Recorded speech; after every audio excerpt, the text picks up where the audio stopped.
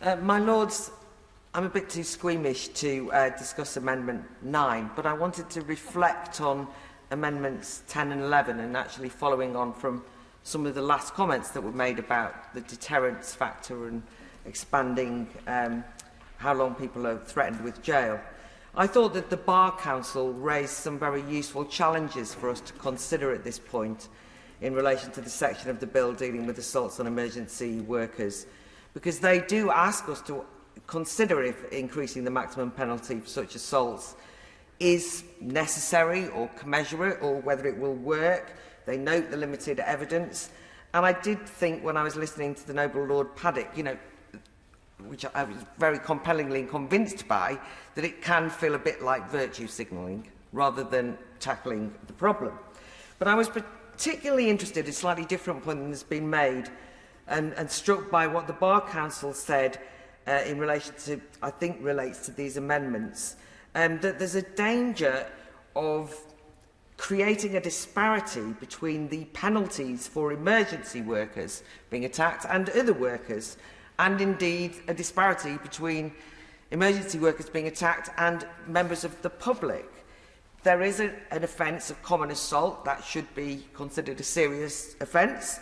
Whoever is on the receiving end of it, I mean, if you're attacked, whoever's attacked, I would want the law to deal with it.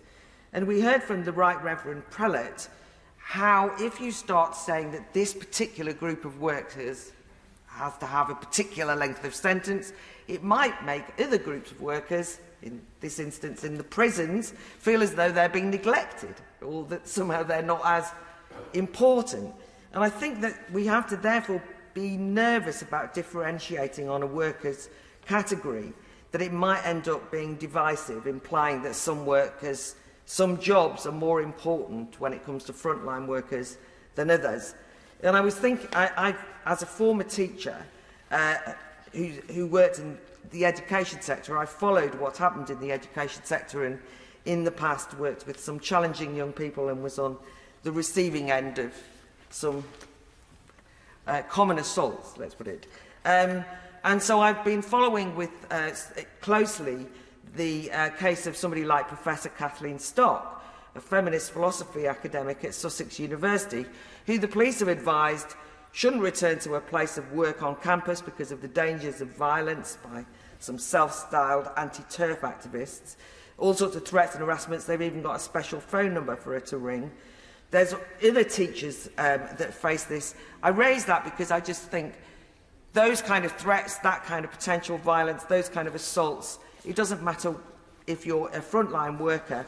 I don't know why the emergency bit is going to or should give you an extra penalty.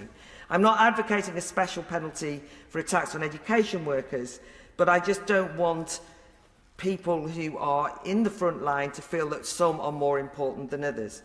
I suppose my last point is, what will keep emergency workers safe? Because that's what we all want. We don't want anyone to be attacked. And I thought that the description of what was happening in prisons gave us a bit of a clue. In that instance, it's the lack of staffing. It's the lack of resources that's causing the problem, not that they don't think they're going to be penalised sufficiently. And I think that more broadly in society, and this has been hinted at, there is a crisis of authority. You know, we have to have a much deeper question about why people might want to punch a policeman, why, in fact, there's people in emergency services are treated with disrespect. And to be honest with you, just adding on prison sentences or making that kind of a point, I just don't think it's going to achieve what the government wants, even though I'm sympathetic to its aims.